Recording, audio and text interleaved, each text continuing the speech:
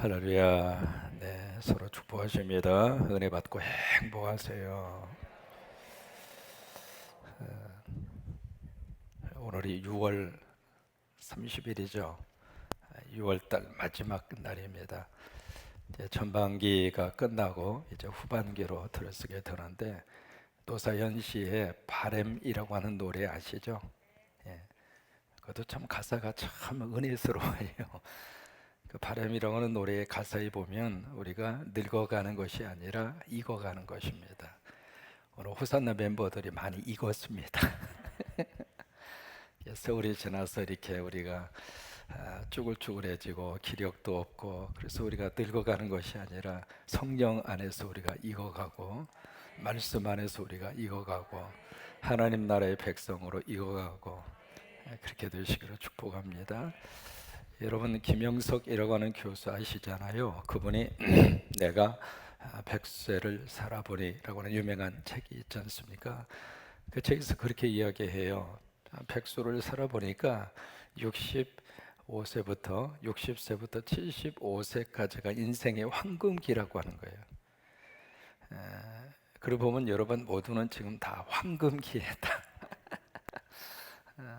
그러니까 인생을 이렇게 짧게 이렇게 잘라서 이렇게 보면 이 순간순간이 참 어떤 의미에서 아쉽기도 하고 앞으로 내가 남은 인생 얼마나 살까 그런 생각이 들기도 하고 그렇지만 길게 이렇게 보니까 60에서 75세까지 최고로 멋지다고 하는 거예요. 여러분 이제 6월 30일 넘어서 7월 달에 더 멋진 인생이 펼쳐질 줄로 믿습니다. 95세에 어학 공부를 시작한 분이 계세요. 이분이 왜 95세에 어학 공부를 시작을 했느냐면 65세에 은퇴를 하시고 그때부터 95세 될 때까지 30년 동안 가만히 생각해 보니까 너무 허송세월을 한 거예요. 이제 남은 인생 나에게 덤이다 이렇게 생각하고 언제 죽을까? 그래 언제 죽더라도 감사하지.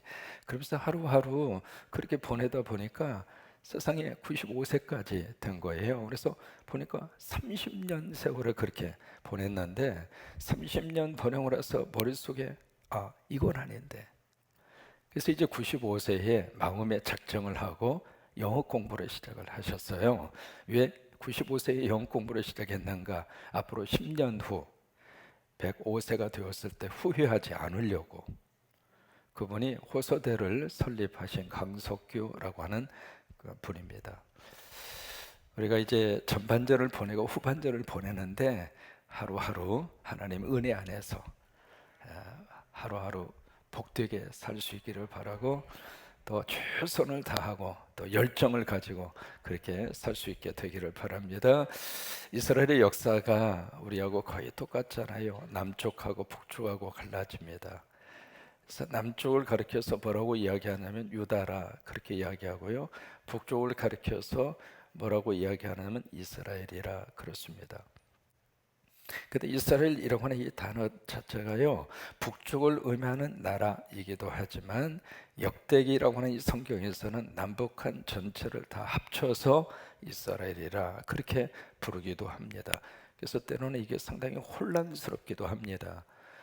남쪽을 왜 유다라고 그랬을까? 유다가 중심이 됐습니다. 그래서 유다와 베냐민 지파가 하나가 돼서 남쪽, 우리로 말하면 남한이라고 하는 나라를 형성을 하게 된 것이고 북쪽은 바로 누가 주축이 됐느냐면 에브라임 지파가 주축이 됩니다. 그래서 10개의 지파가 하나가 돼서 북쪽의 나라를 형성합니다.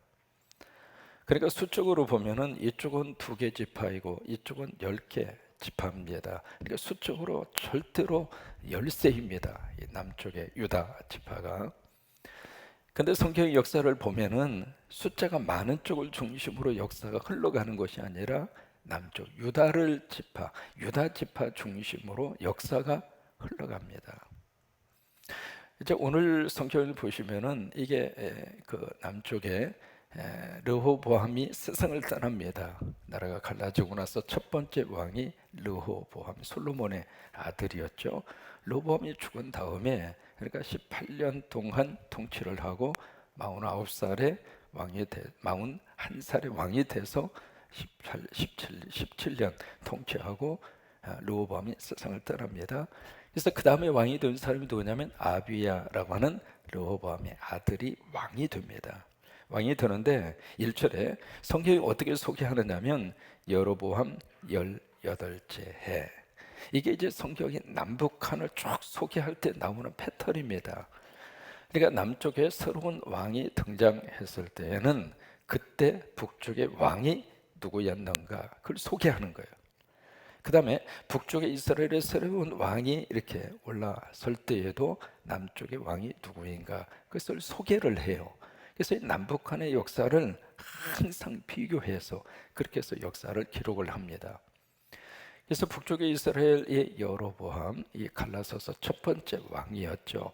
이 사람이 18년 동안 쭉 통치하는 가운데 남쪽에서는 정권 교체가 이루어진 거예요. 그래서 르호보암이 죽고 그의 아들 아비야가 새로운 왕이 됩니다. 근데 2절에 보시면 이 아비야를 소개하는데 몇 년 동안 통치하느냐면 딱 3년 통치합니다. 3년 통치했다는 이야기는 그렇게 길게 통치한 게 아니거든요. 아주 짤막하게 그렇게 통치를 하고 역사의 뒷모대로 사라진 사람인데 이 성경은 이 아비야에 대해서 굉장히 긍정적입니다. 그래서 긍정적으로 쭉 이 아비야를 기록을 하는데 3절에 그를 이렇게 소개합니다. 예루살렘에서 3년 동안 다스리니라. 그의 어머니의 이름이 나와요. 그의 어머니의 이름은 미가야요 기브아 사람 우리엘의 딸이었더라. 그래서 어머니에 대한 소개를 합니다. 그러면 여기 우리엘의 딸이었다. 우리엘이 누구일까? 그렇게 추적해서 들어가면 되겠죠. 우리엘이 누구냐면 바로 다윗의 아들 압살롬의 사위입니다. 그러니까 압살롬의 사위가 바로 우리엘이고요. 그래서 우리엘의 딸인 이 미가야는 바로 압살롬의 뭐가 되느냐면 손녀가 됩니다. 그러면 이 압살롬의 손녀라는 이야기는 다윗의 증손녀입니다. 이게 지금 뭘 말하고 싶으냐면 아비야는 다윗의 후손이다 그 말이에요. 그걸 이제 강조하기 위해서 2절의 말씀을 쓴 거예요. 그래서 다윗의 후손인 아비야가 남쪽 유다의 왕이 됐다 그 말이에요. 왕이 됐는데 그 다음에 3절 이하에 무슨 사건이 벌어지느냐면 이 둘 사이에 전쟁이 일어납니다. 전쟁이 일어나는데 이쪽 남쪽의 아비야를 중심으로 해서 동원이 된 그 군인의 숫자가 40만 명입니다. 그리고 이쪽 북쪽 이스라엘에서는 동원이 된 숫자가 80만 명입니다. 그럼 숫자적으로 지금 2대1 싸움이잖아요. 이 싸움에서 남쪽 유다 아비야가 이길 수 있을까요? 없을까요? 사실 어렵습니다. 어려운 그 싸움이 지금 이 남북 간에 전쟁이 일어난 겁니다. 그래서 이 아비야를 중심으로 그리고 여기는 여로보암을 중심으로 지금 싸움이 벌어지고 있는 그 상황을 오늘 성경이 기록을 하고 있는 거예요. 근데 이 싸움에서 아비야가 이 유다와 이스라엘을 아주 대조적으로 그렇게 구별을 해서 그들에게 이야기를 합니다. 이야기를 하면서 뭐라고 이야기하고 있는가 보실까요? 5절입니다. 같이 한번 읽습니다. 이스라엘 하나님 여호와께서, 여기서도 이스라엘이라고 하는 단어가 나오죠. 이때의 이스라엘은 북쪽 이스라엘이 아닙니다. 남북한 전체를 다 합친 이스라엘입니다. 우리도 마찬가지잖아요. 우리가 대한민국 그리고 북한, 그러면서도 우리 전체적인 역사의 패턴 속에서 쭉 올라가 보면 남한이나 북한이나 한 민족이잖아요. 그런 것처럼 이스라엘 사람들의 마음속에서도 그런 게 있는 거예요. 그래서 이스라엘 하나님 여호와께서 무슨 언약으로? 소금 언약으로 이스라엘 나라를 영원히 다윗과 그의 자손에게 주신 것을 너희가 알 것이 아니냐. 그래서 아비야가 그 이야기를 합니다. 여기 소금 언약이라고 하는 단어가 나오잖아요. 이 소금 언약이라고 하는 말, 이 소금 언약, 왜 이 단어가 나왔을까? 이 소금 언약이라고 하는 것은, 소금이라고 하는 것은 고대 사회 속에서 가장 값지고 귀한 것이 소금이에요. 지금이야 뭐 흔하게 우리가 쓸 수가 있겠습니다만은 사막 기후성 속에서 가장 변하지 않는 것이 소금이에요. 그래서 이 소금은 영원한 것, 그리고 가장 귀한 것, 그리고 가장 가치 있는 것, 그것을 의미할 때 소금이라 그러거든요. 우리가 이제 직장에서 일을 하시고 한 달에 한 번씩 월급 받잖아요. 월급을 뭐라고 그래요? 셀러리라고 그럽니다. 이 셀러리라고 하는 이 단어가 어디서 나왔느냐면 라틴 말의 솔라티움이라고 하는 단어에서 나왔거든요. 근데 그 솔라티움이라고 하는 그 라틴 말의 어원이 영어의 솔트입니다. 소금이라고 하는 뜻이에요.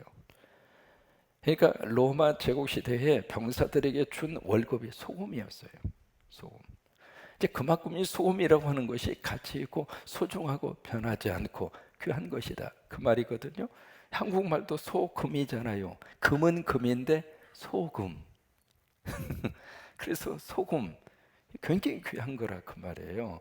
그러니까 언약을 주셨는데 그냥 언약이 아니라 가장 값지고 소중하고 변하지 않는 그 언약을 하나님이 주신 그 언약의 소금 언약인데 그 소금 언약의 가장 중요한 골자는 다윗의 후손들이 이 나라의 통치자가 될 것이다.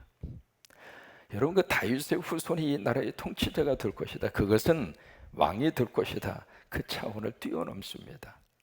바로 다윗을 통해서 이 세상에 오시는 메시아 예수 그리스도를 이야기하고 있는 거잖아요. 근데 이 아비야가 그것을 딱 꺼내 놓습니다. 전쟁하기 전에 당신들 우리 한번 생각해 봅시다.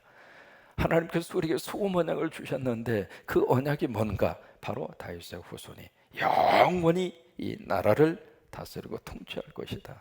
그런데 한번 여러분 생각해 보십시오. 당신들 나라 이 북쪽의 이스라엘이 여로보암을 중심으로 해서 떨어져 나가서 거기서 여로보암을 왕으로 모시고 그리고 지금 하고 있는데 그 정권이 하나님의 입장으로 봤을 때에는 정당한 정권이 아닙니다. 근데 어떻게 당신들이 우리를 향하여 전쟁을 일으키려고 하십니까? 그 이야기예요. 합법적인 정부가 아니고 정통성을 보장받지 못한 정권이고 나라이기 때문에 당신들은 우리하고 싸워봤자 우리하고 게임이 되지 않습니다. 그 이야기예요. 그러면서 이 남쪽 유다와 북쪽 이스라엘을 쭉 비교를 하고 있습니다. 비교를 하면서 여기에 뭐라고 딱 비교를 하느냐면 그렇게 지금 여기서 비교를 하고 있어요. 8절입니다. 이제 너희가 또 다윗의 자손의 손으로 다스리는 무슨 나라? 여호와의 나라. 그러니까 이 남쪽의 유다는 무슨 나라냐면 하나님의 나라라 그 말이에요. 여호와의 나라다. 하나님의 나라다. 남쪽은 그렇게 딱 규정을 짓습니다. 우리는 하나님이 통치하는 하나님의 나라다. 그런데 당신들은 지금 무슨 나라인가? 거기에 8절에 보시면 계속 그렇게 지적하고 있죠. 너희는 큰 무리고 또 여로보암이 너희를 위하여 신으로 만든 금송아지들이 너희와 함께 있도다. 그러니까 이쪽 북쪽의 이스라엘을 어떻게 규정을 짓는가? 당신들은 바로 무슨 나라예요? 금 뭐가 있어요? 송아지의 나라다. 여러분 금송아지의 나라라고 하는 것은 다른 말로 말하면 참 당신들은 짐승의 떼라 그 말이에요. 그러니까 지금 이쪽 남쪽의 유다는 하나님이 통치하는 하나님의 나라이고 우리는 하나님 중심으로 보여져 있는 그래서 하나님이 함께 하시고 하나님이 보호하시고 하나님이 축복하시는 여호와의 나라이고 당신들은 대먹지 못한 짐승들이 보여져 있는 무리일 뿐이다. 금송아지를 섬기는 그런 하나의 집단일 뿐이다. 그렇게 이제 규정을 딱 짓고 있는 거예요. 그러면서 이 아비야가 이 하나님을 향하여 싸우지 말아라. 이제 그것을 그 뒤에 그래서 그렇게 선포를 하고 있는 것이거든요. 12절입니다. 같이 한번 했습니다. 하나님이 우리와 함께 하사 우리의 머리가 되시고 그의 제사장들도 우리와 함께하여 전쟁의 나팔을 불어 너희를 공격하느니라.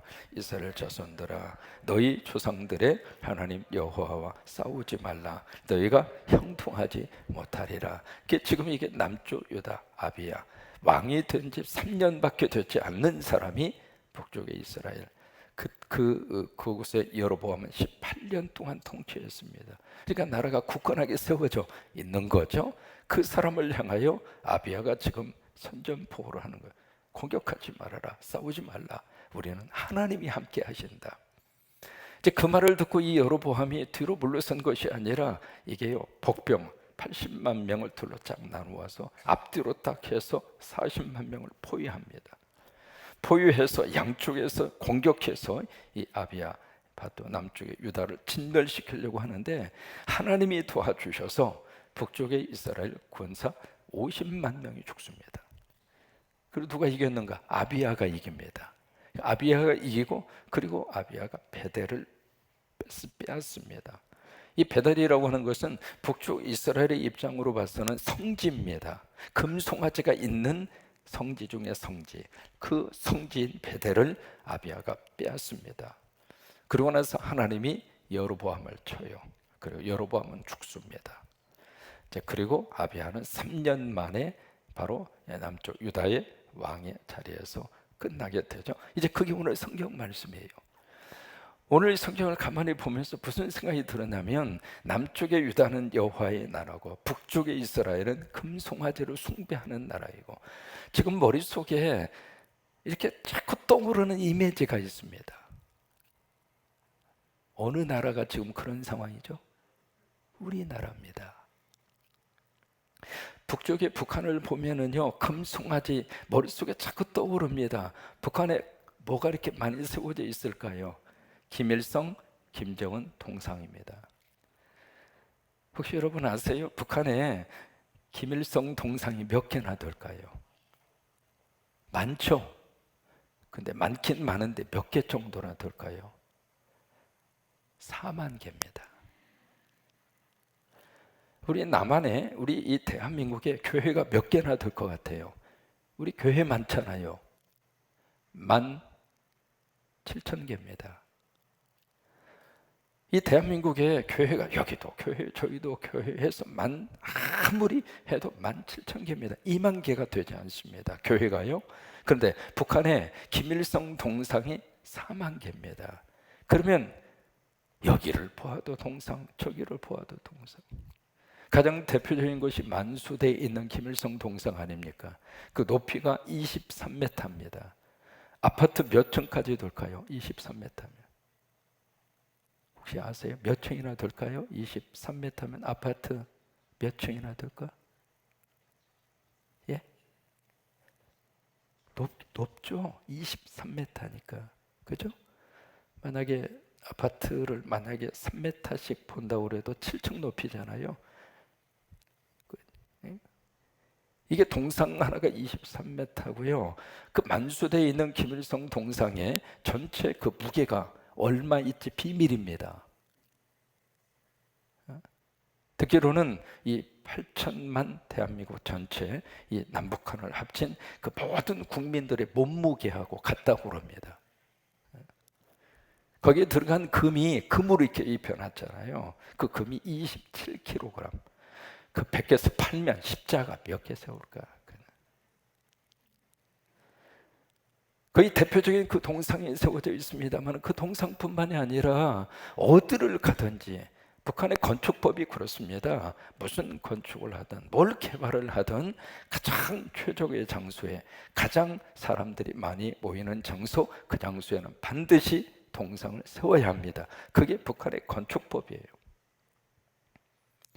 동상만 세우는 것이 아니라 아침마다 눈을 뜨면 가장 먼저 할 것은 동상 청소해야 되고, 눈 오면 눈 다 쓰는 그 높은 동상 어떻게 그 먼지 하나도 없이 그걸 다 청소를 합니까? 바닥은 바닥 할 것 없이. 이게요, 말이 동상이지 살아있는 사람이에요. 살아있는 사람처럼 그렇게 섬겨야 되고, 그렇게 모셔야 되고, 그 앞에서는요, 누구든지 담배 피우면 즉결 처분 받습니다. 북한 사람들이 두 가지를 그렇게 좋아해요. 첫째, 술을 그렇게 좋아해요. 모였다 하면 그냥 술을 마시고, 술도 아주 그냥 알코올 농도가 그렇게 센 술을 그렇게 많이 마시고, 또 하나, 모이기만 하면 애고 어른이고 할 거 없이 전부 다 연기를 피워야다. 좀 많은 애들도 그냥 연기를 뻘떡뻘떡 피우고, 그러니까 그렇게 술하고 담배를 그렇게 좋아해요. 근데 그런 사람들이 할지라도 동상 앞에서 담배 피우다가 들키면은 그대로 그냥 바로 감옥 가고. 또 하나 동상 앞에서는 싸우면 안 돼요. 싸우지도 못합니다. 살아있는 어버이 수령 앞에서 감히 싸우다니, 그런 식입니다. 이게 우리가 봤을 때에는 웃음밖에 안 나옵니다. 어떻게 인간이 저럴 수 있는가? 근데 그런 동상들이 북한 지역의 전역뿐만이 아닙니다. 그렇게 많은 동상들을 세워놓고 있고, 지금 여기 북쪽의 이스라엘이, 북쪽의 이스라엘은요, 무슨 동상을, 금송아지를 4만 개 정도는 만들지 않았거든요. 그럼에도 불구하고 아이야는 이 북쪽의 이스라엘을 향해서 당신들은 짐승의 뿌리다, 금송아지를 섬기고 있는, 당신들은 하나님이 떠났다, 그렇게 얘기해요. 여러분, 군산만 하더라도 군산의 교회가 몇 개 정도나 될까요? 군산의 교회가 거의 500개 이상이 됩니다. 여러분, 운전하고 가시면서 보면은 양쪽으로 보면 교회가 참 많습니다. 한번 헤아려 보세요. 몇 개나 되나. 그래서 이 불교계에서는요, 교회가 500개 정도고 절은 한 13개 정도밖에 안 됩니다. 그래서 불교계에서는 도저히 어떻게 해볼 수 없는 지역 가운데 하나를 군산으로 꼽아요. 그래서 이 군산이 인구 면적당, 단위 면적당 교회가 가장 많은 곳으로 선정이 돼서 유네스코에 등록이 돼 있잖아요. 그러니까 교회가 많은 곳은 하나님이 축복하세요. 그러니까 교회가 많고 예배가 이루어지고, 그리고 하나님을 섬기는 그 지역은 하나님이 도와주시고 하나님이 역사하시고, 수적으로 아무리 열세라 할지라도 하나님이 치시니까 북쪽 이스라엘은 50만 명이 죽고 이 전쟁에서 패하잖아요. 하나님이 함께 하셔야 된다고 하는 거예요. 바로 이 아이야하고 이 여로보암과의 이 싸움에서 우리에게 그것을 보여주고 있습니다. 결국 20절입니다. 20절 같이 읽습니다. 아비야 때에 여로보암이 다시 강성하지 못하고 여호와의 치심을 입어 죽었고. 저는 이 말씀이 우리 남북한에 그대로 적용이 되기를 기도합니다. 그래서 21절에 아비야는 점점 강성하고 아내 14을 거느리 아들 22과 딸 16을 낳고, 낳기도 많이 낳았어요. 부인이 많으니까 그러겠죠. 이걸 보면서 거의 다 통곡을 치고, 주여 나도 이렇게 되게 하옵소서, 그렇게 기도하지 마시고, 그 당시에 이런 역사들이 있었다 그 말이죠. 중요한 것은 아비야는 점점 강성해졌어요. 그러니까 이게 숫자적으로 강성해서 그렇게 강성한 것이 아니라 여호와의 나라이기 때문에, 하나님을 섬기기 때문에 그래서 강성하게 된 거예요. 7월 한 달도 여러분 하나님이 함께 하셔서 건강도 강성하고, 경제적으로도 강성하고, 믿음도 강성하고, 그러면서 22절 말씀에 아비야의 남은 사적과 그의 행위와 그의 말은 선지자 이또의 주석책에 기록이 되느니라. 그리고 아비야 3년 그의 통치가 끝납니다. 6월까지 은혜 가운데 살았고, 7월 또 하나님이 도와주셔서 월삭 새벽기도와 함께 매일매일 우리에게 감사가 넘치고 하나님의 축복이 넘치고, 그래서 아비야처럼 점점 강성함에 그런 복이 임하기를 주의 이름으로 축원합니다.